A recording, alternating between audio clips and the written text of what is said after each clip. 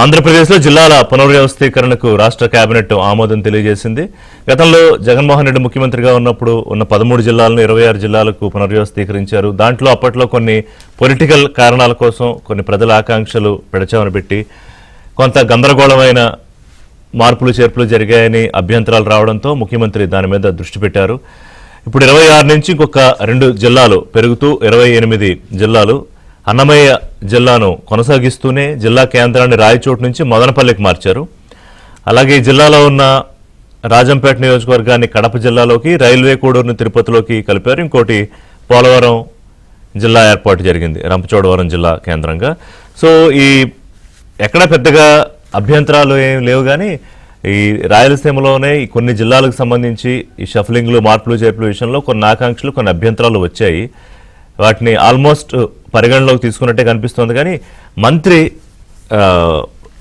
రాంప్రసాద్ ఆయన నిన్న క్యాబినెట్లో మీటింగ్లోనే కొంత అధికారులు ఇది ఎక్స్ప్లెయిన్ చేస్తుంటే కొంత భావోద్వేగానికి గురై కాస్త ఏడ్చారని చెప్పి మనకి నేను రిపోర్ట్ వచ్చింది. అది బయటకు వచ్చాక కూడా వారు ఎమోషన్ని కంట్రోల్ చేసుకోలేకపోయారు. ఎందుకంటే మొదట్లో అసలు జిల్లా కేంద్రం ఎట్టి పరిస్థితుల్లోనూ పోనివ్వను అని దాదాపు ఆయన ఒక ఛాలెంజే చేశారు. కానీ అది మారిపోవడంతో జిల్లా పేరు కొనసాగుతోంది, బట్ కేంద్రం మదనపల్లికి మారిపోవడం దాని మీద ఆబ్వియస్గా ఆయనకి ఏంటంటే మంత్రిగా ఉండి కూడా దాన్ని ప్రొటెక్ట్ చేసుకోలేకపోయారు. ఇలాంటివన్నీ మొదలయ్యాయి. అంటే ఇక్కడ రాజకీయ కారణాలు కాదు, పరిపాలనా సౌలభ్యం దృష్టిలో పెట్టుకుని అక్కడున్న ప్రజల ఆకాంక్ష దృష్టిలో పెట్టుకుని చేస్తామని ముఖ్యమంత్రి చెప్పడము ఆయన సముదాయించడం జరిగింది. నిన్న మొత్తం 3 సార్లు మాట్లాడారు. ఒకటి క్యాబినెట్లో, మళ్ళీ ఆయన వెళ్ళాక మళ్ళీ పిలిపించారు, రాత్రి మళ్ళీ ఇంకో 40 నిమిషాలు భేటీ అయ్యారు. అంటే అంతకుముందు కొన్ని వార్తలు ఏంటంటే అసలు ఈ మార్పు జరిగితే రాజీనామా చేసేస్తారు మంత్రి అన్న స్థాయిలో వెళ్ళిపోవడం. బహుశా దానికోసం కొంచెం ముఖ్యమంత్రి స్పెషల్ అటెన్షన్ ఇచ్చినట్టున్నారు. అయితే నిన్న గడికోటి శ్రీకాంత్ రెడ్డి ఆయన ఆ జిల్లాకు సంబంధించిన ఆయన, గతంలో అక్కడ ఎమ్మెల్యే. సో ఆయన దీని మీద అవసరమైతే ఉద్యమం చేస్తాను, దీక్ష చేస్తాను అంటున్నారు. అంటే దీన్ని మళ్ళీ ఒక పొలిటికల్గా ఫ్లేరప్ చేసే ఒక ప్రయత్నం జరుగుతున్నట్టే కనిపిస్తోంది. అంటే ఈ జిల్లాలకు సంబంధించి పునర్వ్యవస్థీకరణ మార్పులు చేర్పులు ఏ అంశాల ప్రాతిపదికన జరిగాయనేది ఒకటి ప్రజలకు తెలియాల్సిన అవసరం ఉంది. రెండోది పరిపాలనా సౌలభ్యం. అంటే అంతకుముందు 13 జిల్లాలు ఉమ్మడి జిల్లాలు పెద్ద జిల్లాలు, సరే పరిపాలనా సౌలభ్యం కోసం గతంలో జగన్మోహన్ రెడ్డి ఒక ప్రయత్నం, దాన్ని మొత్తం ఇప్పుడు 28 జిల్లాలుగా మార్చుకోవడం, కొన్ని మండలాలు కొన్ని గ్రామాలు కూడా విలీనం అవ్వడం, అవన్నీ నేను పూర్తిగా డీటెయిల్స్లోకి చర్చలో వెళ్దాము. సో ఓవరాల్గా ఏంటంటే ఈ జిల్లాల మార్పు చేర్పు వల్ల కలిసి వచ్చేది ఏంటి, లేకపోతే వివాదాలే ఇంకా పెద్ద అవుతాయా? Point number 1. Point number 2, Ramprasad Reddy విషయంలో అంతకుముందు ఆయన పర్సనల్ మంత్రిత్వ శాఖ విషయంలో కొన్ని వివాదాలు జరగడం, ముఖ్యమంత్రి ఏదో పిలిచి ఆ రిపోర్ట్ సరిగ్గా లేదని మాట్లాడారని చెప్పడం, ఆ నేపథ్యంలో అప్పుడే ఆయన కొంచెం నొచ్చుకున్నారని. ఆయన ఫస్ట్ టైం ఎమ్మెల్యే మంత్రి, చాలా తక్కువ మందికి అవకాశం వస్తుంది. కానీ ఇప్పుడు ఈ విషయాన్ని ఇప్పటికైతే సద్దు మణిగిపోయింది. కానీ ప్రతిపక్షాలు దాన్ని ఊరుకోగా, ముఖ్యంగా వైసీపీ దాని మీద కొంచెం రాద్ధాంతం చేసే ప్రయత్నమే చేస్తోంది. అలాగే మిగతా జిల్లాలు, పోలవరానికి సంబంధించి ఒక జిల్లా, దానికి సంబంధించి పెద్దగా అక్కడ అంత అభ్యంతరాలు ఏమీ కనిపించలేదు. ఇప్పుడు మనం మ్యాప్లో చూస్తున్నాం అన్నమయ్య జిల్లా. మొత్తం మీద ఇప్పుడు అతిపెద్ద జిల్లా తిరుపతి జిల్లా, అతి చిన్న జిల్లా పోలవరం జిల్లా, మొత్తం 28 జిల్లాల్లో. ఇందులో పొలిటికల్గా అంశాల ప్రాతిపదిక లేదు, కేవలం ఓన్లీ అక్కడ ప్రజలు కొంతమంది ఇప్పుడు సపోజ్ కడపకు సంబంధించి రాజంపేట తిరుపతి రైల్వే కోడూరు, ఇది పూర్తిగా అక్కడ ప్రజలు అడిగారు, వాళ్ళు ఆకాంక్షల మేరకు అక్కడ చేశామని నిన్న ముఖ్యమంత్రి చెప్పడం. కానీ ఇక్కడ ముందే ఎందుకు చర్చ జరగలేదు? ప్రపోజల్స్ టైంలోనే ప్రతిపాదనలు వచ్చినప్పుడే క్యాబినెట్లో చర్చ జరుగుతుంది, లేకపోతే మంత్రులకు సంబంధించి మధ్య చర్చ జరిగినప్పుడు అభ్యంతరాలు ఉంటే అప్పుడే తెలియజేసుకోవాలి. కానీ బయటకు వచ్చి ఇంత ఒక ఎమోషనో లేకపోతే ఇంత హై డ్రామా బయటకు రావాల్సిన అవసరం ఏముంది అని. ఎందుకంటే చిన్న పోలిక చెప్తే ఋషికొండకు సంబంధించి మంత్రుల సంఘం ఏర్పాటు చేశారు ముఖ్యమంత్రి. దాన్ని ఏం చేయాలి? ఇప్పుడు అన్ని కోట్లు అక్కడ తగిలేసిన భవనాన్ని ఎలా మార్చొచ్చు? ప్రజల సొమ్ము కదంతా, అది వృధా కాకుండా ఏం చేయాలి అంటే, సరే దాన్ని ఒక పెద్ద పెద్ద 5 స్టార్ గ్రూప్స్ అడుగుతున్నాయి, పర్యావరణ కేంద్రంగా దాన్ని ఎలాగో విశాఖ ఉంటుంది కాబట్టి అనే ఆలోచన ఉంటే విష్ణుకుమార్ రాజు బీజేపీ ఎమ్మెల్యే లేదు, దానికి విభిన్నంగా ఆయన మాట్లాడారు. దీన్ని ఒక కళ్యాణ మండపాలు లేకపోతే ఇక్కడ టీటీడీ లాంటి ఒక ఆధ్యాత్మిక కేంద్రంలాగా ఏర్పాటు చేయడం, దానికి సంబంధించి ఒక సెంటర్ ఏర్పాటు చేయడం, అలాగే అసలు స్థానికంగా ఉన్న ఎమ్మెల్యేలు ఎంపీలని అడక్కపోవడం ఏంటి అనేది, అంటే కొంత ఈ చిన్న చిన్న మిస్అండర్స్టాండింగ్స్ లేకపోతే కొంత సమన్వయ లోపం ఉందా కూటమిలో అనేది ఇలాంటి అంశాలు వచ్చినప్పుడు బయటపడుతుంది. సాక్షాత్తు క్యాబినెట్లోనే జిల్లాలకు సంబంధించి ఇంత పెద్ద నిర్ణయం జరుగుతున్నప్పుడు ఒక మంత్రి బహిరంగంగా ఎందుకు, అంటే ఆయన డిసెంట్ నెగిటివ్గా చెప్పే పరిస్థితి లేదు, అవకాశం లేదు, చెప్పలేదు. కానీ అంతర్గతంగా అయితే చాలా ఆయన ఎమోషనల్ ఫీల్ అయ్యాడు. దాన్ని ప్రతిపక్షాలు ఉపయోగించుకునే అవకాశం కూడా ఉంటుంది. సో మొత్తం మీద ఏ జిల్లా అనే ఒక కన్ఫ్యూజన్ తీరిపోయిందా? ఇందులో పొలిటికల్ యాంగిల్ ఏంటి, లేదా పూర్తిగా ప్రజల ఆకాంక్షల కోసమే జరిగిందా? అలాగే ఇలాంటి అంశాలు బయటపడినప్పుడు కూటమి మధ్యలో ఉన్న సమన్వయ లోపం కూడా బయటపడుతుందా? ఇప్పుడు మంత్రి కొంత డిసెంట్ వ్యక్తం చేశారు. సో ముఖ్యమంత్రి మాట్లాడారు, ఏ రకంగా అభివృద్ధి కావాలో చెప్పు, ఒకటి చేద్దాం, అలాగే నీకు బ్రహ్మాండంగా 20-25 ఏళ్ల భవిష్యత్తు ఉంది, రాజకీయ భవిష్యత్తు, నేను చూసుకుంటాను, కొంత ఎక్కువగానే కన్విన్స్ చేసినట్టే అనిపిస్తోంది మంత్రిని. అలాగే అక్కడ ఒక పీజీ యూనివర్సిటీకి సంబంధించి అలాగే ఇంకా కొన్ని ప్రామిసులు కూడా చేశారు. మిగతా జిల్లాలో, తిరుపతి జిల్లాలో దుగ్గరాజపట్నం, ఓడరేవు, అలాగే పశ్చిమ గోదావరి జిల్లాలో కూడా ఓడరేవు.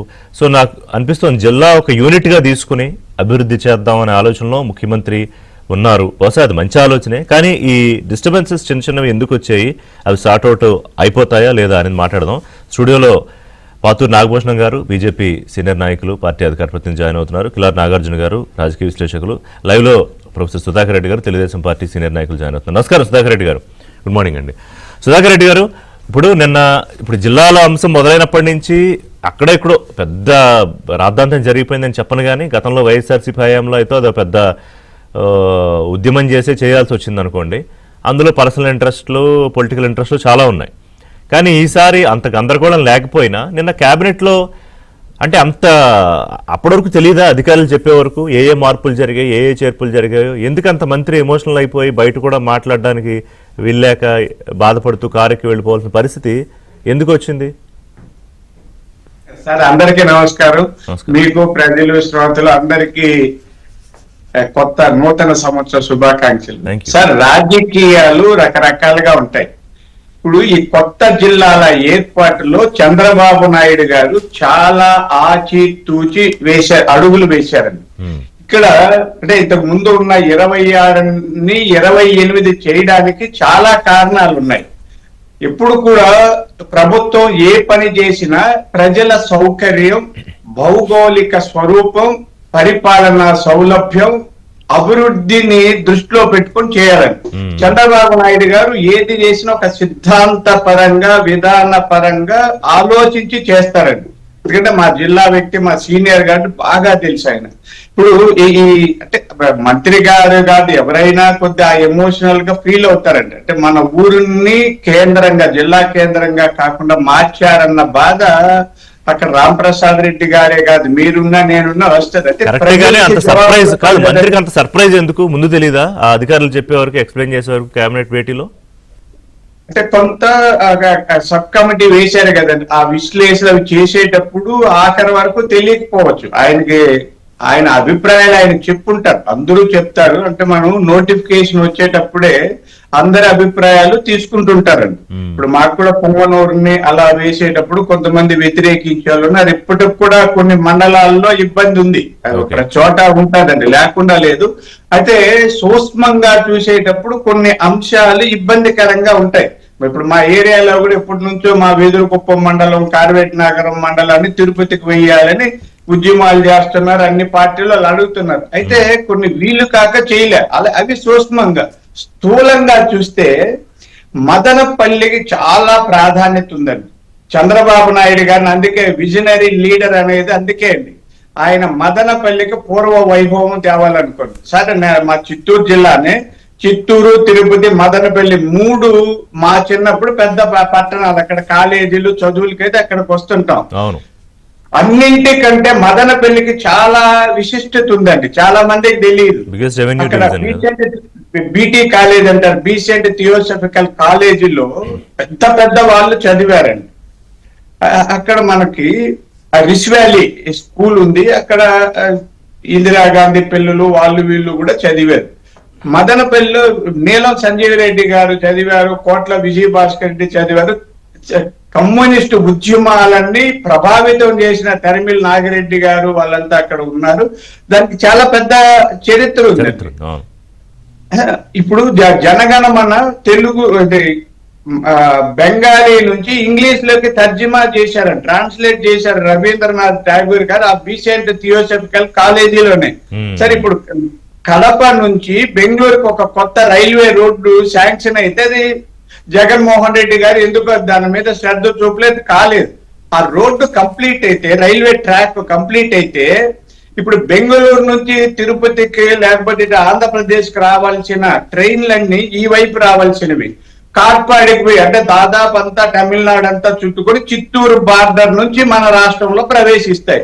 ఇదే ఈ మదనపల్లి రైల్వే ట్రాక్ వస్తే కంప్లీట్ గా ఆంధ్రప్రదేశ్ మన రాష్ట్రానికి చెందిన గ్రామాలు పట్టణాల ద్వారా రైలు వస్తే ఇక్కడ ఉత్పాదక శక్తి పెరుగుతుంది, వ్యాపారాలు పెరుగుతాయి. ఇలాంటి చాలా అద్భుతమైన అంశాలు క్రోడీకరించారు. ఆ తర్వాత మీకు చెప్పినట్టు అది సౌలభ్యం. మదనపల్లికి చుట్టూ ఇప్పుడు పొంగనూరు అయితే మదనపల్లికి దగ్గర, పీలేరు దగ్గర, తంబలపల్లి దగ్గర కొంత దూరం అయితే మన మంత్రి గారి పొంగనూరు చిత్తూరు జిల్లాలోకి సార్. పొంగనూరు ఇప్పుడు తిరుపతి జిల్లాలోక కొత్త పొంగనూరు మారింది కదా మళ్ళీ. అదే సార్, ఆ చుట్టూ అంటే అది సెంటర్ పాయింట్ అవుతుంది. అంటే సౌలభ్యము, అంటే పరిపాలనకు ఉండాలి, ప్రజలకు సౌకర్యం ఉండాలి. రాయిచోటిని తక్కువ చేయాల్సింది కాదండి. రాయిచోటిని ఇప్పుడు రాయిచోటి ఇంతకు ముందు సెంటర్ ప్లేస్ ఎందుకైందంటే రాజంపేట ఉంది, కోడూరు ఉంది. కోడూరుని తిరుపతిలో కలవడం చాలా ధర్మబద్ధం, న్యాయబద్ధం అండి. ఎందుకంటే మీకు తెలియదు చాలా మందికి, ఒక 25 ఏళ్ల క్రితమే బాలాజీ జిల్లా ఏర్పాటు చెయ్యాలని ఉద్యమాలు చేశారండి ఇక్కడ తిరుపతిలో. ఇప్పుడు ఇంకా కూడా ముందేనేమో ఆ పత్యాల చెంగలరాయలు గారని మాజీ ఎక్స్ ఎమ్మెల్సీ ఉన్నారు, అతను మిత్రుడు, అందరూ కూడా ఇక్కడ చేశారు. అప్పుడు మేమంతా కూడా నవ్వేవాళ్ళు, ఏమి చెంగలరాయలు నువ్వు మా జిల్లాలోకి వచ్చేస్తావా అని.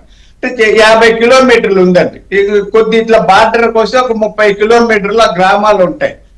కడపకు పోవాలంటే 100 కిలోమీటర్లు. ఎప్పుడైనా వాళ్ళు అన్నింటికి ఏది కొనాలన్నా, వ్యాపారాలు, రాజకీయాలు అంటే తిరుపతే వస్తుంటారు. కాబట్టి అలా చేశారు. రాజంపేట కడపకు దగ్గర అలా వేయడం వల్ల ఇంకా ఆ ప్రాధాన్యత తగ్గిందండి. మదనపల్లి చుట్టూ ఎక్కువ నియోజకవర్గాలు ఉన్నాయి కాబట్టి దాన్ని కేంద్రంగా చేశారండి చంద్రబాబు. ఇప్పుడు రాయచోటిని పొలిటికల్ గా కారణాలతోనే చేశారు అనేది వైసీపీ శ్రీకాంత్ రెడ్డి లాంటి నాయకుల ఆరోపణలు. శ్రీకాంత్ రెడ్డి రాజకీయం కాదండి. శ్రీకాంత్ రెడ్డి వాళ్ళకి బుర్రున్న వాళ్ళు వైసీపీలో తక్కువ, నా దగ్గర ఎందుకు వాళ్ళు తిట్టిస్తారు. బుర్రున్న వాళ్ళు అక్కడ ఎవరు ఉంటారు, ఏదో మాట్లాడడము, అహంకారపూరితంగా వ్యవహరించడం. ఎక్కడైనా మదనపల్లికి అంటే నేను ఇప్పుడు విమర్శలు చేయడం కాదండి, మదనపల్లి ప్రాధాన్యత లేదా చెప్పండి. అక్కడ సౌకర్యాలు లేవా, లేకపోతే అక్కడ అభివృద్ధి లేదా? నా చిన్నప్పటి నుంచి అక్కడ కాలేజీలు ఉన్నాయండి, పెద్ద పెద్ద వాళ్ళు వచ్చి అక్కడ చదువుకున్నారు, చాలా మంది మేధావులు. కాబట్టి మదనపల్లి కేంద్రం చేయడంలో తప్పు లేదు. మంత్రి గారి బాధలో కూడా ఏమీ మనం తప్పు పట్టాల్సిన పనిలే. అక్కడ నియోజకవర్గాన్ని చంద్రబాబు నాయుడు గారు అత్యంత అభివృద్ధి చేస్తారన్న నమ్మకం మాకు ఉందండి. ఓకే నాగభూషణం గారు, నిన్న మంత్రి గారు బాధపడడం అనేది ఓకే, భావోద్వేగం సహజంగా ఎవరి ప్రాంతానికైనా ఉంటుంది. రాజధాని విషయంలో కూడా అప్పుడు మాకు కావాలన్నారు. ఎవరికైనా వాళ్ళ ప్రాంతం అభివృద్ధి చెందాలి, లేకపోతే ఇలాంటివి జరిగినప్పుడు అయ్యో అభివృద్ధి తగ్గిపోతుందేమో. కానీ ముఖ్యమంత్రి నిన్న చాలా స్పెషల్ కేర్, స్పెషల్ ఇంపార్టెన్స్ తీసుకోవడానికి వెనకాల ఇంకా ఏమైనా ప్రత్యేక కారణాలు ఉన్నాయా రాంప్రసాద్ విషయంలో? నమస్తే రిషి గారు, అదేవిధంగా పెద్దలు నాగార్జున గారు, సుధాకర్ రెడ్డి గారు, అదే మన ఏబిఎన్ ప్రేక్షకులందరికీ, అదేవిధంగా వైకుంఠ ఏకాదశి శుభాకాంక్షలు. అదేవిధంగా మళ్ళీ రేపు సాయంత్రంతో 2025 అయ్యి 2026 రాబోతా ఉన్నాం. 2025 అంతా కూడా బాగానే ఉంది, రాజధాని కార్యక్రమాలు, పోలవరం, ఎవ్రీథింగ్. సో 26 కూడా మన రాజధాని పనులు ముందుకెళ్లాలని భగవంతుని కోరుకుందాం. ఇప్పుడు ఏంటంటే నిన్న పాపం రాంప్రసాద్ రెడ్డి గారు బాధపడటంలో అది ఎవరికైనా పొలిటికల్గా ఉన్నప్పుడు చాలా ఇబ్బందిగానే ఉంటుంది. ఎందుకంటే లోకల్ వాళ్ళు పొడుస్తూ ఉంటారు, నువ్వేం చేయలేదు అది ఇదని, అది నువ్వేం పీకే ఉంటాడు. ఇక ఏది వైసీపీ భాషలో మాట్లాడాలి అట్లా మారుతుంటారు వాళ్ళు. ఇది మనకి మన మీద అభిమానం లేకుండా పక్కనే ఉంటారు, తిరుగుతుంటారు, వీళ్ళు ఎగతాలు చేస్తుంటారు మరి. సో అందుకని ఆయన అది ఊహించుకొని వెళ్ళి కొంచెం బాధపడ్డాడు. మీకు ఎగ్జాంపుల్ చెప్తాను. ఇప్పుడు జగన్ ఉన్నప్పుడు అసలు మీరు అది చూస్తే కొన్ని జిల్లాలు చాలా దారుణంగా డివైడ్ చేశారు. చేసినప్పుడు ఇప్పుడు సపోజ్ విజయవాడ పక్కన గన్నవరం ఉంది, గన్నవరం తీసుకెళ్లి మచిలీపట్నం కలిపారు. గన్నవరం ఎక్కడి వరకు ఉంటుంది అంటే రామవరపాడు, అంటే కరెక్ట్ బెంచ్ సర్కిల్ నుంచి 2 కిలోమీటర్ల దూరం ఉంటుంది. అది ఎయిర్పోర్ట్ అది ఎంత ఉంటుంది విజయవాడకు 10 కిలోమీటర్లు. కానీ ఈ కలెక్టర్లకి ప్రోటోకాల్ ఎస్పీ రావాలంటే మచిలీపట్నం నుంచి గన్నవరం ఎయిర్పోర్ట్కి రావాలి. ఇప్పుడు విఐపీలు వస్తుంటారు, సెంట్రల్ మినిస్టర్లు కానీ లేకపోతే ప్రైమ్ మినిస్టర్ ముర్ము గారు కానీ వచ్చినప్పుడు అక్కడ రిసీవ్ చేసుకోవడానికి ప్రోటోకాల్ ఉంటుంది. వాళ్ళు మధ్యలో అదే కలెక్టర్ విజయవాడ అనుకోండి, ఎన్టీఆర్ జిల్లాకి పక్కనే ఉంటుంది. సో అది ఆ రోజు అడిగినా కూడా దాన్ని చేయలేం. అది తీసుకెళ్ళి కృష్ణా జిల్లాలో ఇదో ఎన్టీఆర్ జిల్లాలో సపరేట్ అయిపోయింది. అట్లాగే మీకు ఇదివరకు బ్రిటిషర్స్ ఉన్నప్పుడు సార్ మనకు ఎలా ఉండేదంటే ఇది కరెక్ట్గా నేను చెప్పాలంటే చంద్రబాబు గారు ఉన్నప్పుడే ఈ జిల్లాలు చేసి ఉంటే కాస్త పర్ఫెక్ట్ ఉండేది. సరే కాదు, ఆ టైంలో ఎలక్షన్ టైం వచ్చేసింది, అయిపోయింది. అప్పటికే ప్రపోజల్ ఉంది కొత్త జిల్లాలు చేయాలని, టైం అయిపోయింది. మామూలుగా బ్రిటిషర్స్ ఉన్నప్పుడు ఎలా చేసేవాళ్ళు అంటే మనకు ముందుగా భూమి యొక్క నైసర్గిక స్వరూపం అంటే ఇప్పుడు సపోజ్ గుంటూరు జిల్లా ఎగ్జాంపుల్ చెప్తా. ఉమ్మడి జిల్లా ఎలా ఉండేదండి, ఒక పక్కన నల్లమల అడవులు ఉండేవి మాచర్ల, ఇటు ఉత్తరం వైపునేమో ఇది ఉండేది ఏది మన కృష్ణానది, తూర్పు వైపునేమో మన సముద్రం ఉండేది, దక్షిణ వైపునేమో గొళ్ళకమ్మ ఉండేది. అంటే బౌండరీ లైన్స్ ఉండేది, చాకచక్యంగా పెట్టారు ఒకటి. ఇవి కాక వాళ్ళు ఏం చేశారు, భాష అంటే ఒక్కొక్క ఇప్పుడు నెల్లూరుకి వెళ్ళేది భాష తేడా ఉంటుంది, ఉత్తరాంధ్ర పోతే ఒక రకంగా ఉంటుంది, రాయలసీమ పోతే భాషని యొక్క ప్రాతిపదికగా తీసుకున్నారు, బౌండరీస్ని ప్రాతిపదికగా తీసుకున్నారు. తర్వాత అలవాట్లు అంటే అక్కడ ఉండే అలవాట్లు దాన్ని బట్టి కూడా కల్చరల్, తర్వాత సంస్కృతి, ఆ ఏరియాలో సంస్కృతి, తర్వాత ఫుడ్ అంటే ఏమేమి పంటలు పండుతాయి, ఆ పంటలు ఎక్కడ దాంట్లో కలిపితే అక్కడ ఆ రీసెర్చ్ ఇన్స్టిట్యూషన్ ఇలా ఓ ప్లానింగ్ ప్రకారం. ఇప్పుడు ఆ తర్వాత ఏదో 1-2 జిల్లాలు మన ప్రకాశం జిల్లా తప్పితే కొత్తగా పెట్టింది, అంతకుముందు ఏం లేదు. సో చంద్రబాబు గారు అయితే ఎక్సర్సైజ్ చేసేవాళ్ళు. ఆ జగన్ ఉన్నప్పుడు ఏమైందంటే ఏమి చేయకుండా ఏదో ఒక 4-5 కూర్చొని వాళ్ళు ఇష్టం వచ్చిన పొలిటికల్ ఎజెండా పెట్టుకొని చేయడం జరిగింది. అది ఇవాళ ఈ జిల్లాలు అనేది మామూలుగా మనం మామూలు 13 జిల్లాల నుంచి 28 చేసాం. కానీ యాక్చువల్గా అంటే మనకి ఈ ముఖ్యమంత్రి గారు ఇప్పుడు ఈ జిల్లాలు అయిపోయింది అని మనం చేయగలిగేదే లేదు. ఫోకస్ పాయింట్ ఏం పెట్టాలంటే, ఒకప్పుడు కలెక్టర్ అంటే సార్ మీరు నమ్మరు, ఇప్పుడున్న సిఎస్ రామకృష్ణ గారు ఉన్నారు, ఆయన గుంటూరు జిల్లాలో ఉంటే వెనుకొండలో ఒక రోజు నైట్ స్టే చేసేవాళ్ళు, రేపల్లో ఒక రోజు నైట్ స్టే చేసేవాళ్ళు. అంటే వాళ్ళు తిరిగేవాళ్ళు గ్రామాలు. ఒక పక్క నుంచి ఇంకో పక్క మాచర్ల టు 250 కిలోమీటర్లు. ఇప్పుడు 19 అసెంబ్లీ ఉండేవి, 4 పార్లమెంట్ ఉండేవి. ఇప్పుడు 3 జిల్లాలు అయిపోయినాయి, బాపట్ల అయింది, గుంటూరు అయింది, పల్నాడు అయింది. కానీ వాళ్ళు ఏంటంటే మొన్న మధ్య రేవంత్ రెడ్డి గారును ఎవరో స్టేట్మెంట్ కూడా సార్, ఏమంటే మీరు జిల్లాల్లో తిరగకపోతే మనకు సమస్యలు అర్థం కావు అని ఆయన రిక్వెస్టింగ్ గా అడిగారు. ఆయన అలాగే చెప్పారు. ఇదివరకు జనరేషన్ ఎలా ఉండేది అంటే మనం ఊళ్ళల్లోకి వెళ్ళి మీరు నమ్మరు, అసలు కలెక్టర్ గారు వచ్చారంటే ఆ ఊరి ఏదో శాంక్షన్ చేసి ఇచ్చేళ్ళేవాడు, నీకేం కావాలి ఊళ్ళో, నేను వచ్చిన గుర్తుగా కరెక్ట్ వరం ఏది భగవంతుడి ప్రత్యక్షం అయితే. ఇప్పుడు మిగతా పొలిటికల్ మాలాంటి వాళ్ళని చెప్పినా, ఇప్పుడు మంత్రి చెప్పినా ఇంకో డిపార్ట్మెంట్కి వెళ్ళాలి, ఒక జిల్లా పరిషత్ చైర్మన్గా అవకాశం ఉండేది, కలెక్టర్ డబ్బులు మా చేతిలో ఉండేవి కాబట్టి. ఎమ్మెల్యేలు కూడా డబ్బులు ఉండవు కదా, ఎంపీలకి డబ్బులు ఉండవు. ఎంపీలు అంటే ఇప్పుడు ఏదో 10 కోట్లు ఇప్పుడు వచ్చిన, అప్పుడు 2 కోట్లు ఉండే. 2 కోట్లు వాళ్ళకి 350 గ్రామాలు ఉంటాయి పార్లమెంట్లో, అవి ఉండే కాదు. ఇవాళ చేయాల్సింది ఏంటంటే సార్, ప్రజలకి యొక్క ఈ స్వపరిపాలన ఏదైతే మోడీ గారు చంద్రబాబు గారు మనం వికసిత భారత్ వికసిత ఆంధ్ర రావాలి అంటే ఎట్టి పరిస్థితుల్లోనూ ఆఫీసర్స్ పొలిటికల్ లీడర్స్ గ్రౌండ్ లెవెల్లోకి వెళ్ళి రియాలిటీస్ తీసుకుని సమస్యలను పరిష్కరించకపోతే మనం చిన్న జిల్లాలు చేసినా ఉపయోగం ఉండదు. యాక్చువల్గా చిన్న జిల్లాల ఉద్దేశం ఏంటి, కలెక్టర్ పరిపాలనా సౌలభ్యం. ఇవాళ ఏంటంటే టెక్నాలజీ వచ్చింది, జనాల్లో కోరికలు ఎక్కువైపోయినాయి, అంటే ఎక్కువగా ఎక్స్పెక్టేషన్స్ ఎక్కువైపోయినాయి. ఏది పాప ఇదివరకు అమెరికాలో ఎలా ఉంది, రష్యాలో ఎలా ఉంది, లేకపోతే ఇంగ్లాండ్. ఇవాళ చెప్పాలంటే భారతదేశంలో మిగతా కంట్రీస్ కంటే కూడా రోడ్ల నెంబర్ 1 మనం ఉన్నాం. ఇవాళ ఎయిర్పోర్ట్స్ చూస్తే న్యూయార్క్ ఎయిర్పోర్ట్ కంటే మన 5-6 ఎయిర్పోర్ట్లు బ్రహ్మాండంగా ఉంటాయి. న్యూయార్క్ అసలు క్వశ్చనే లేదండి, ఫెసిలిటీస్ కానీ టెక్నాలజీ కానీ. మనం ఇక్కడేందండి వాకింగ్ అవే 5 నిమిషాల్లో లోన్కి వెళ్ళిపోవచ్చు ఎక్కడైనా, అక్కడంతా ఇంకా రాలా. దానికంటే మన దగ్గర ఇంకా టెక్నాలజీ బాగా వాడుతున్నారు. అందులో ఇంకోటి ఏంది, కొత్త కన్స్ట్రక్షన్ చేస్తున్నారు. ఇప్పుడు బాంబే ఉంది, న్యూ వాషీలో పెడుతున్నారు, ఇప్పుడు ఢిల్లీ ఉంది, గుర్గాం దగ్గర పెడుతున్నారు, హైదరాబాద్ ఉంది, తీసుకొచ్చి ఊరు బయట ఇక్కడ పెట్టారు చంద్రబాబు గారు అప్పుడు ఉన్నప్పుడు. తర్వాత బెంగళూరు ఉంది, అది ఊరు బయట పెట్టారు. ఒక మద్రాసును కలకటానే కొత్తగా ఏది మెట్రోపాలిటన్ సిటీస్. అట్లాగే పోర్ట్లు ఏది మన షిప్పింగ్ పోర్ట్లు ఏవైతే ఉన్నాయి ఇవి కూడా కొత్త టెక్నాలజీ వస్తున్నాయి కాబట్టి డెవలప్మెంట్ బాగుంది. ఇప్పుడు ఈ ఎపిసోడ్లో మనం చేయాల్సింది ఏంటంటే అధికారులు కానీ ప్రజాప్రతినిధులు కానీ స్థానిక సంస్థలు పర్టికులర్గా జిల్లా పరిషత్ చైర్మన్స్, ఎంపీటీసీలు, జెడ్పీటీసీలు, లేదా ఎంపీపీలు, లేదా సర్పంచ్లు, వీళ్ళని టీం వర్క్ చేయగలిగితేనే తప్పితే, లేకపోతే ఇదివరకు ఇట్లాగా మనం చిన్న జిల్లాలు చేసిన వల్ల రిజల్ట్ ఎక్కువ రాదు అనేది నా అభిప్రాయం. మోస పద్ధతి వదిలేస్తే తప్ప అది అనుకున్న రిజల్ట్ రాదు. ఒక 30 ఏళ్ళ కింద అనుకున్నారు ఆ రిజల్ట్ రాదు. 30 ఏళ్ళ కింద ఏ విధంగా ఉంది. ఇప్పుడంతా పొలిటికల్ అంతా కూర్చొని ఫోన్లు చేయడం తప్పితే కాదు. మీకు ఎగ్జాంపుల్ చెప్తాను సరే. వాళ్ళు ఏంది, ఏదైనా ఊళ్ళో డ్రైన్ ప్రాబ్లం ఉందనుకో, ఆ ఎమ్మెల్యే ఊరికి వెళ్ళిపోయేవాడు, వెళ్ళి చూసేది ఏంట్రా బాబు అవసరం మురికాలో తీసేవాళ్ళు, లేదా ఏదైనా పొలంలో తూడుకాడు ఉంటే చేసేవాడు, ఇక్కడ ఫోటోలు వీడియో కాల్ చూపించి. నాగార్జున ఇందులో రాజకీయ కోణం లేదు, ప్రజల ఆకాంక్షలు పరిపాలన సౌలభ్యం కోసమే మాటలు నిన్న మంత్రులు మీడియాతో మాట్లాడుతూ చెప్పారు. సో ఇదేంటి పొలిటికల్ సౌలభ్యమా లేకపోతే గవర్నెన్స్ సౌలభ్యం కోసమేనా? రిషి గారు, మీకు చర్చలో పాల్గొంటున్నటువంటి నాగభూషణ్ గారికి, సుధాకర్ రెడ్డి గారికి, అలాగే ఏబిఎన్ వీక్షకులందరికీ కూడా శుభోదయం అండి. అలాగే రాబోయేటువంటి నూతన సంవత్సరానికి కూడా అందరికీ శుభాకాంక్షలు తెలియజేస్తున్నాను.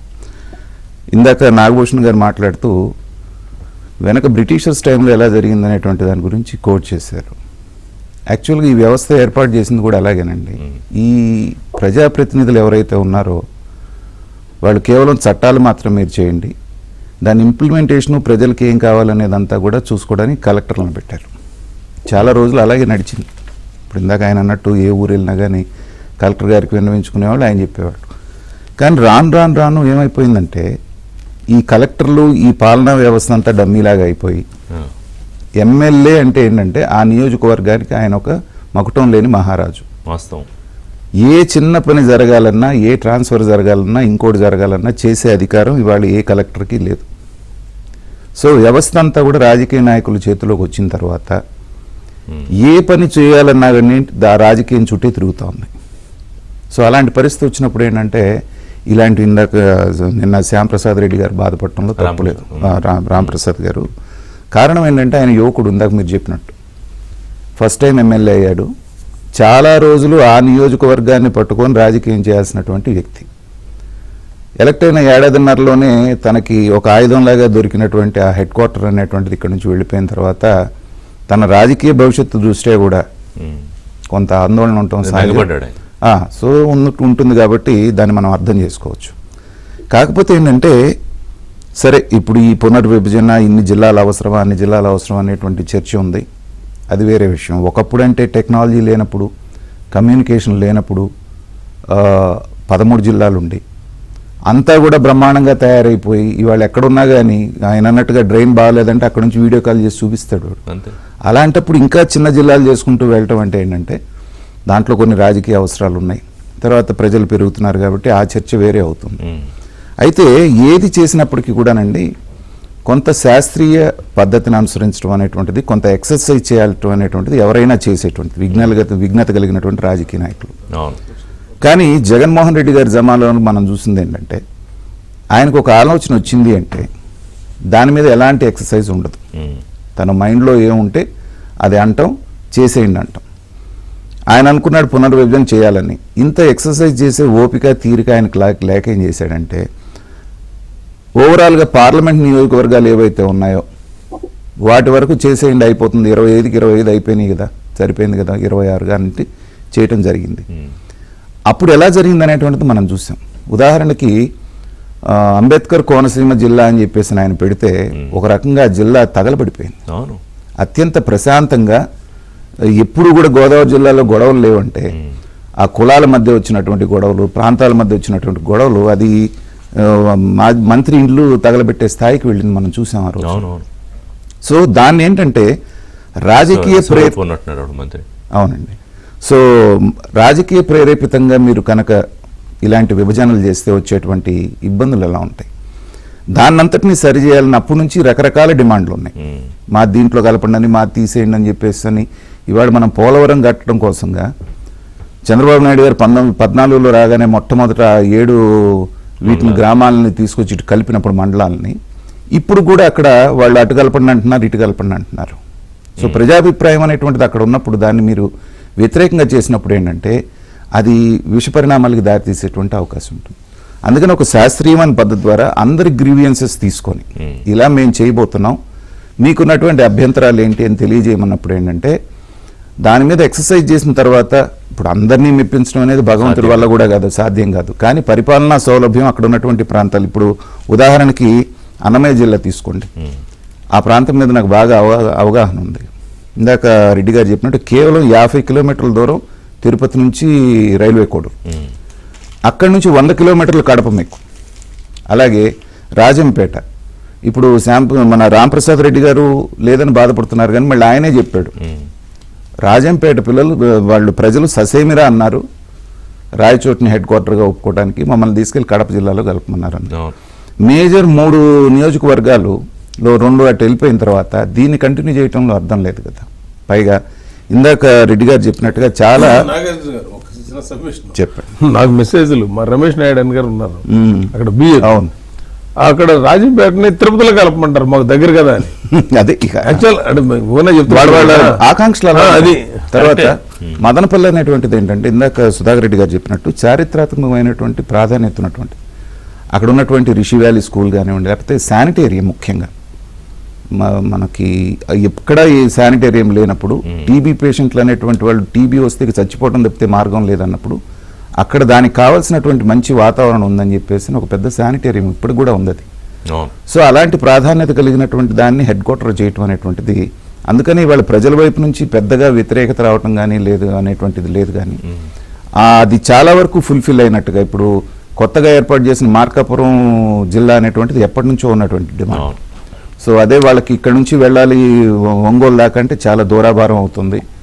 ఇందాక అనుకున్నట్టుగా భాష పరంగా, యాస పరంగా, కల్చర్ పరంగా కూడా రకరకాలు, మీరు ప్రతి జిల్లాలో 3 రకాలైనటువంటి మదనపల్లిని కూడా ఆ జిల్లా పేరు మదనపల్లి పెట్టాలని కూడా అడిగారు. అవును, పేరు మార్చలేదు. పేరు మార్చకుండా ఏంటంటే అన్నమయ్య జిల్లాకి హెడ్ క్వార్టర్ గా దాన్ని ఇచ్చేస్తున్నారు, కొంతవరకు సాటిస్ఫై చేసినట్టు. ఎందుకంటే ఇది కనుక మారిస్తే ఏంటంటే అన్నమయ్య జిల్లా అనేటువంటి అన్నమయ్య పేరే వెళ్ళిపోయేటువంటి ముక్కలైంది.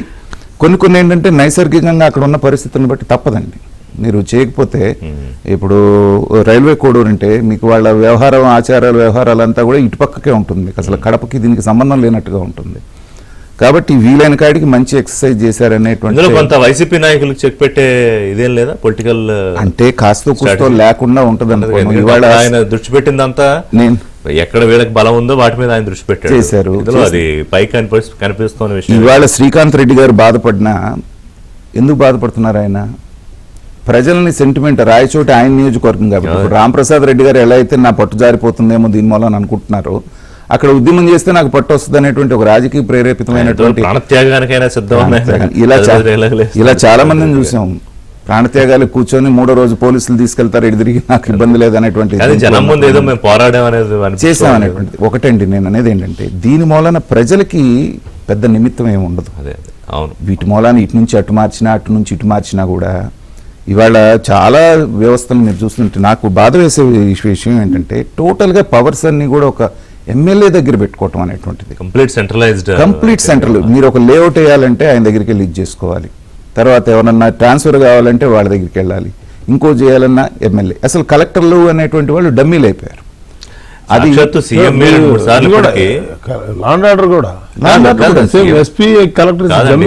ఇప్పటికే 2-3 సార్లు వాళ్ళకి వార్నింగ్ ఇచ్చి కొత్తగా 70-80 మంది ఎమ్మెల్యేలకి, అరే బాబు ఇది కాదు పరిపాలన అంటే, మీరు ఎమ్మెల్యేలు అవగానే దందాలు వ్యవహారాలు కాదు అయిపోయింది. అట్లాగా మార్చుకోకపోతే మీ దగ్గరికి ప్రజలు ఏదైనా వినతులు తీసుకొని వస్తే కలెక్టర్ కి డైరెక్ట్ చేసి ఇదిగో బాబు ఇది చూడండి అని చెప్పడం వరకే.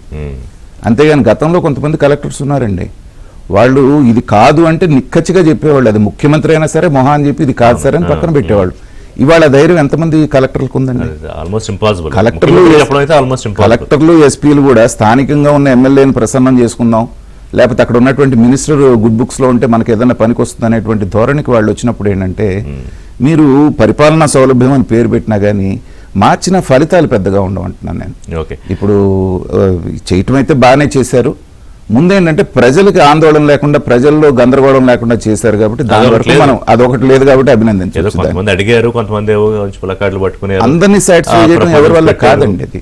బట్ పెద్దగా గందరగోళం లేదు, ఒకటే మంత్రి గారు ఒకటే కొద్దిగా బయటకు వచ్చింది, ఏముండదులేండి అది కూడా అయిపోయినట్టు. ఎందుకంటే నిన్న 3 సార్లు మాట్లాడారు సీఎం, కేబినెట్ లో ఓదార్చడం, మళ్ళీ వెనక్కి పిలిపించడం, మళ్ళీ రాత్రి 40 నిమిషాలు బయట అయ్యారు.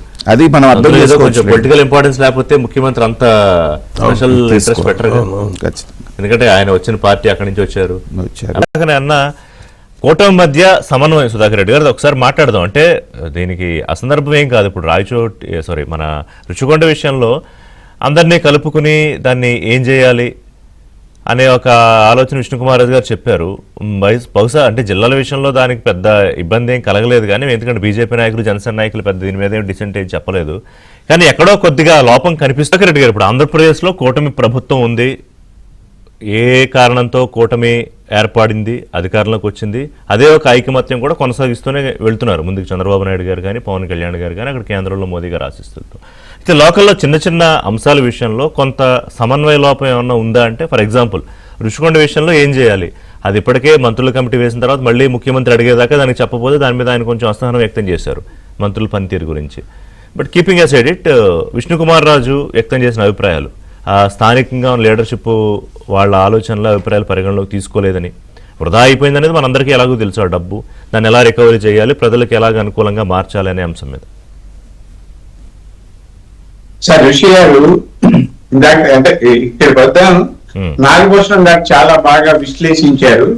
అలాగే నాగరాజు గారు మంచి విషయాలు చెప్పారు. మా మదనపల్లి గురించి శానిటోరియం ఆరోగ్యపరమని ఉంది. అలాగే అక్కడ హార్సిలీ హిల్స్ ఉందండి, దాని 2వ ఊటీ అంటాం.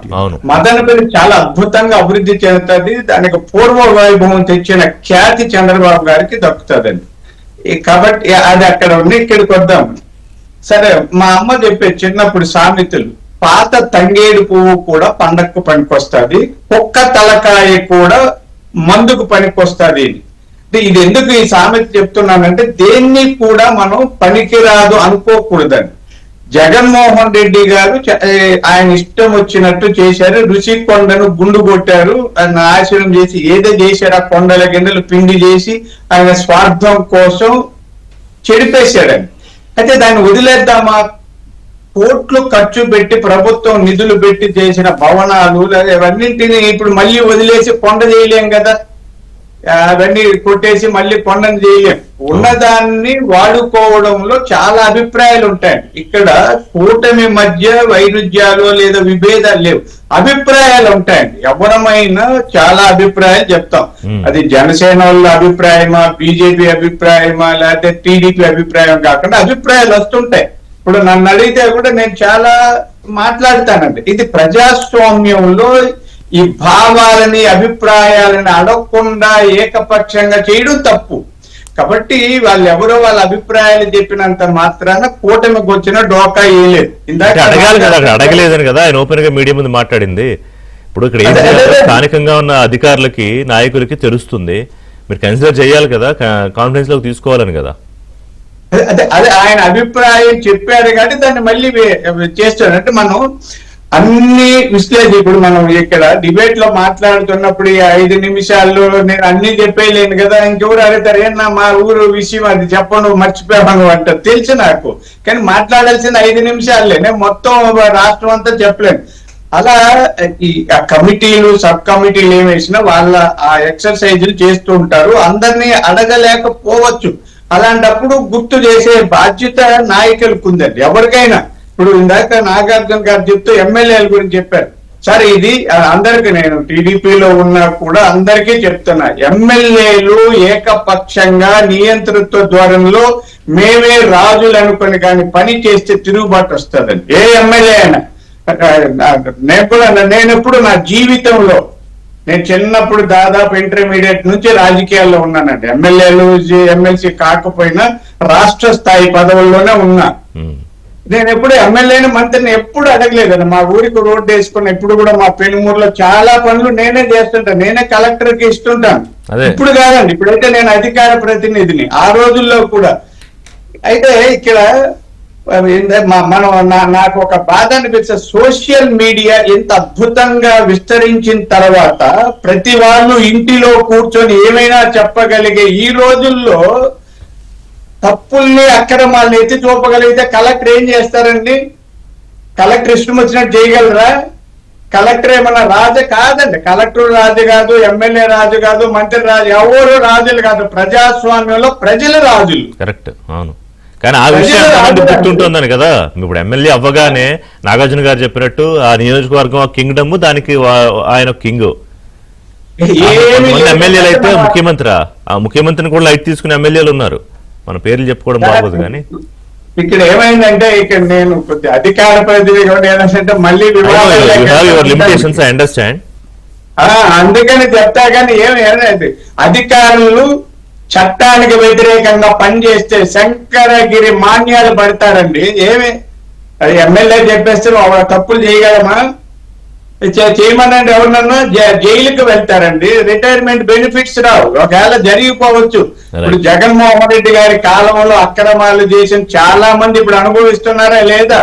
శ్రీలక్ష్మి గారు ఐఏఎస్, ఆమె అతి చిన్న వయసులో 21 సంవత్సరాల వయసులో కలెక్టర్ అయినామా ఎన్ని బాధలు పడుతున్నారు. అక్కడ దాకా ఇప్పుడు యంగ్ ఆఫీసర్స్ చాలా మంది వాళ్ళకి పోస్టింగ్ లేకుండా ఉన్నారు. జగన్మోహన్ రెడ్డి హయాంలో ఆయన చెప్పిందల్లా చేసిన వాళ్ళు very young and brilliant officers వాళ్ళు. మా ప్రభుత్వమైన అంతే, అదే కూటమి ప్రభుత్వం, దానికి ఎగ్జామ్షన్ లేదు. అంతే కదా. విరుద్ధంగా, చట్టాలకు విరుద్ధంగా ప్రజాస్వామ్యాన్ని కాల రాసే ప్రయత్నం ఏ అధికారి చేసినా అతనికి జీవితం ఉండదండి. ఆఖరి దశలో బీపీ షుగర్ పెరిగి మాత్రలు వేసుకుంటూ ఎందుకురా ఈ జీవితం అంటే కోట్లు గడించుంటారు. చాలా అభిప్రాయ భేదాలు ఉన్నాయి కానీ వైరుధ్యాలు విభేదాలు లేవంటారు. వైరుధ్యాలు ఏం లేదండి. కూటమి ప్రభుత్వం భార్యాభర్తల మధ్య లాగా చాలా అన్యోన్యంగా జరుగుతుంది. భార్యాభర్తలు కూడా అటు ఇటు మాట్లాడుకుంటుంటారు. ఈ రోజు ఇడ్లీ వద్దు దోశ కావాలంటారు, నీకు దోశ అయినా ఇడ్లీ వద్దా, ఇవి సహజంగా ఉంటాయి. కాబట్టి ఇది భార్యాభర్తలాగా అన్యోన్యంగా అపురూపంగా కలిసి కట్టుగా పనిచేస్తున్నాం. అదిగా సార్, నన్ను అడిగితే భార్యాభర్తల కంటే అన్నదమ్ముల్లాగా అనాలి. ఎందుకంటే భార్యాభర్తలు విడాకులకు ఛాన్స్ ఉంటుంది. అన్నదమ్ములు వెళ్తే కనీసం చనిపోయినప్పుడల్లా కంపల్సరీ అందరూ అన్నదమ్ములు వెళ్తే దినకర్మ కంపల్సరీ కలవాల్సింది. ఒక పాయింట్ ఇచ్చారు ఎక్కడంటే తల్లి కానీ తండ్రి కానీ చనిపోతే అన్నదమ్ములు అందరూ కలిసి కర్మ చేయాలి అంటే కలవాల్సిందే అల్టిమేట్ గా. ఇందాక సుధాకర్ రెడ్డి గారిని కొంతమందిని వారానికి కాదు, వారానికి 7 రోజులు అంటే 2 పూటలు మాట్లాడేస్తారు. కొన్ని వాస్తవాలు చెప్తే ఆయన ఏదైనా సలహా ఇచ్చారు అనుకోండి ఎవరికన్నా, ఆ సలహా కూడా దాన్ని విమర్శగా ఫీల్ అవుతున్నారు జనం. ఎమ్మెల్యే ఇప్పుడు ఆయన ఏదన్నా ఎమ్మెల్యేనో లేకపోతే పెద్ద మనిషిగా ఆయనకు ఉన్న ఎక్స్పీరియన్స్ లో ఆయన ఒక సలహా ఇస్తే దాన్ని పాజిటివ్ గా తీసుకుని మార్చడాన్ని తీసుకోపోగా దాడి. ఇప్పుడు సపోజ్ నేను ఉన్నానండి, ఇప్పుడు నేను చెప్తున్నా ఓపెన్ గా, నేనున్నప్పుడు ఎమ్మెల్యేలకి ఇప్పుడు చాలా తేడా ఉంది. Very simple. ఆ రోజున ఎమ్మెల్యేలకి ఎంతసేపు ప్రజల్లో ఉండాలి, ఎంతసేపు పనిచేయాలి. ఇప్పుడు ఇంకో యాంగిల్లోకి వెళ్ళిపోయింది. 2019 నుంచి జగన్మోహన్ రెడ్డి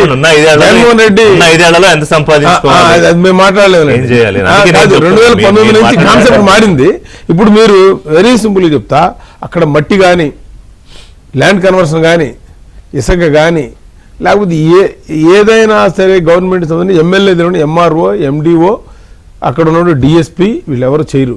పోలీసులు ఇదివరకే ఉంది, కేసు తప్పు ఉంటే తప్పు అని వాళ్ళు. ఇప్పుడు అటు కాదు, ఎమ్మెల్యే గారు ఫోన్ ఇస్తే ఆయన ఏం చేయమంటే చేయాల్సిందే. అంటే ఈ సిస్టమ్ మారలేదు అనుకోండి. చంద్రబాబు గారు ఎన్ని రిఫార్మ్స్ తీసుకొచ్చినా లేకపోతే కూటమి ప్రభుత్వం ఏం తెచ్చినా అది కాదు. వీళ్ళకి ఏమైందంటే డబ్బు ఉంటే మనీ మేక్స్ మెనీ థింగ్స్ లాగా మళ్ళీ సీట్లు తెచ్చుకోవాలని అట్లా ఉండదండి. ఎల్లకాలం అది నడదు. సరే ఫైనల్కి వచ్చి నేను చెప్పేది అభిప్రాయ భేదాలు తప్ప విభేదాలు లేవు అసలు ఏమి లేదు. అదే రాజుగారి గురించి చెప్పవచ్చు. ఇప్పుడు రాజుగారు ఏంటంటే ఆయన బోళా శంకరుడు చెప్పాలంటే ఉన్నది ఉన్నాడు, నన్ను అడగలేదయా నాకు అంతకంటే తెలియదు అంటారు తప్పితే ఇంటెన్షనల్ గా ఒక దానికి ఎజెండా, దాని బ్యాక్గ్రౌండ్ స్క్రీన్ ప్లే అలాంటి చేయడం అడగకపోవడం కరెక్ట్ కాదు కదా. ఇప్పుడు ఆయన స్థానికంగా ఎమ్మెల్యే ఉన్నాడు, సరే ఎంపీ భరత్ ఉన్నారు, ఇంకా ఎమ్మెల్యేలు ఉన్నారు, వాళ్ళందరినీ కూర్చోబెట్టి మరి మంత్రుల కమిటీ అందుకే కదా సో మాట్లాడాలి, వీళ్ళతో మాట్లాడాలి కదా. ఇప్పుడు మా రాజుగారితో ఇప్పుడు నేను మాట్లాడితే ఆయన అన్నారు దాన్ని టీటీడీకి కూడా ఇస్తే పోయింది. నేను కూడా డిస్కస్ చేశాను దాంట్లో ఫోన్లోనే. ఎలా అంటే టీటీడీకి ఇస్తే అక్కడ టూరిజం కింద రాదు, ఓన్లీ స్పిరిచువల్ నాన్ వెజిటేరియన్ వాడినెవరు దినాలు చేయలేరు, సంగీతులు చేయలేరు. ఇప్పుడు అదేంటంటే అది బాగా హై లెవెల్లో కట్టారు. చాలా మామూలుగా అంతే కదా. నియర్లీ వాళ్ళందరూ 2 పార్టీలు చేశారు. గొండను పడగొడతాం చేయడం ఒక పార్ట్, బిల్డింగ్ కడతాం ఒక పార్ట్, ఫర్నిచర్ ఇవన్నీ ఒక పార్టీ చేశారు. నియర్లీ 500. అది ఆ లెవెల్లోది.